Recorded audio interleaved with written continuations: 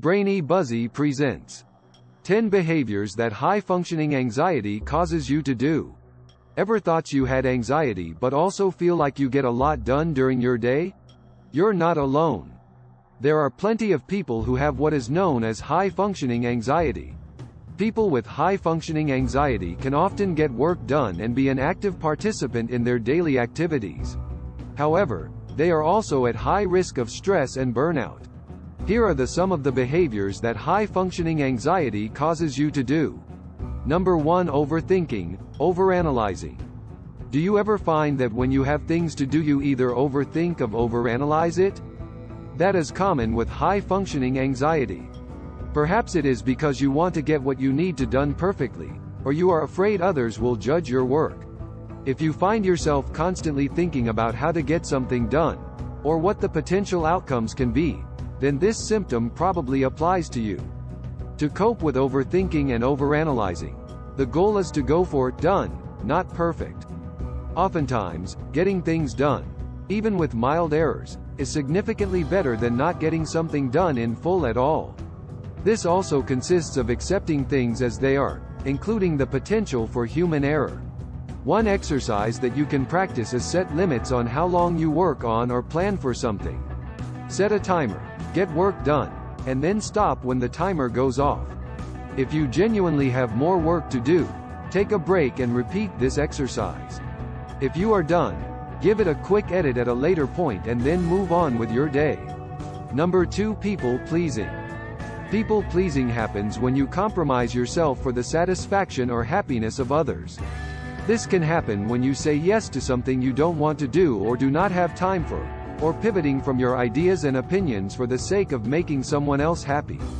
This falls under high-functioning anxiety because despite the fear of how the other person will react, you can still go about your day and do what is needed to please the given person. To work on this sign of anxiety, practice saying no more often.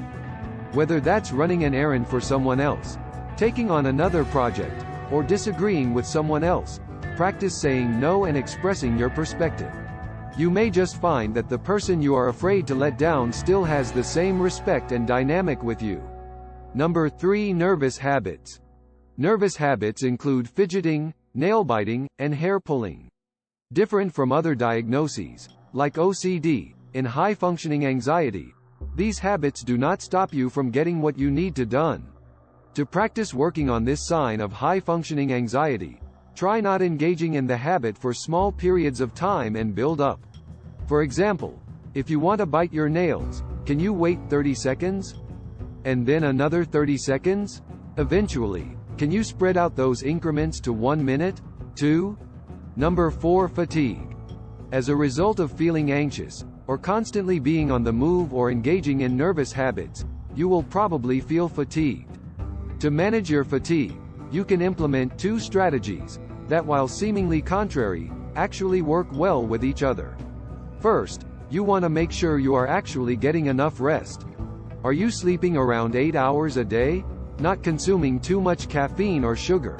You are going to want to make sure you are taking care of your rest and health first. If these are in control, then what you will want to do is engage in activity as a healthy way instead of nervous energy. Find ways to move your body that work well for you. Whether that is walking, biking, or going to the gym, you want to move your body to get your energy flowing and away from anxious energy. Number 5. Comparison. Do you find yourself comparing your work and character to others?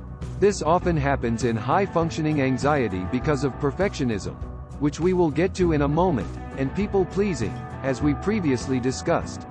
Comparison may not take too much time out of your day, but it can be extremely exhausting to do. In Alcoholics Anonymous, they use the expression, compare and despair. This expression is also used in psychology as a whole. To begin to work on comparison, begin to reduce your opportunities to compare yourself to others. Can you mute certain social media accounts? Do you have to inquire on other people's projects in your field? Can you leave some topics off the table with your peers? Number 6. Difficulty relaxing. As a result of the nervous energy, you will probably find that it can be difficult to relax. Not only can this affect obvious areas of your life, such as sleep, but it can also impact your ability to concentrate. This can impact your professional and personal life. When you find yourself having difficulty relaxing, you can try two different things. One is practicing your breathwork to regulate your body and relax. This can be done through meditation or other guided breathwork activities. The other strategy which you can try is to engage with the present moment through your senses. What can you see, smell, touch, and hear? If you have food or a beverage, can you taste it slowly? Number 7. High achieving, possibly burning out. People with high-functioning anxiety often are very high achievers. While this may sound like a positive attribute for productivity, in excess, it can lead to burnout. For example, have you ever had a big project, worked very hard, and then got sick after it was over? This is not uncommon with high achievers. To combat this sign, try setting reasonable deadlines for projects. Don't pick the shortest deadline you can for the sake of impressing others. Instead, give yourself time to work at a pace that feels reasonable and allows for you to not feel pressure. This will not only positively impact the quality of your work, but it will promote positive health and well-being. Number 8. Perfectionism. As mentioned previously, people with high-functioning anxiety often are striving for perfectionism. The downside is it can lead to burnout trying to meet potentially unrealistic expectations of themselves. Just like with overthinking, overanalyzing, the goal is to get to done, not perfect. Scroll back up to review how to implement this strategy. Number 9. Appears outwardly calm. People with high-functioning anxiety will often appear calm and collected. Yet internally, they may feel intensely overwhelmed and anxious. Bottling up emotions is not the best way to handle and process emotions. In order to combat this, practice expressing how you feel. You may find it is difficult to express these emotions verbally to others, and that is okay. If you find it is difficult to verbally express your emotions, try journaling them out. By writing down your feelings, you can keep them confidential to yourself, but you are also outwardly expressing how you are feeling, and not bottling them in. Number 10. Plans often. The last sign of high-functioning anxiety we are going to review is that you may find yourself planning often.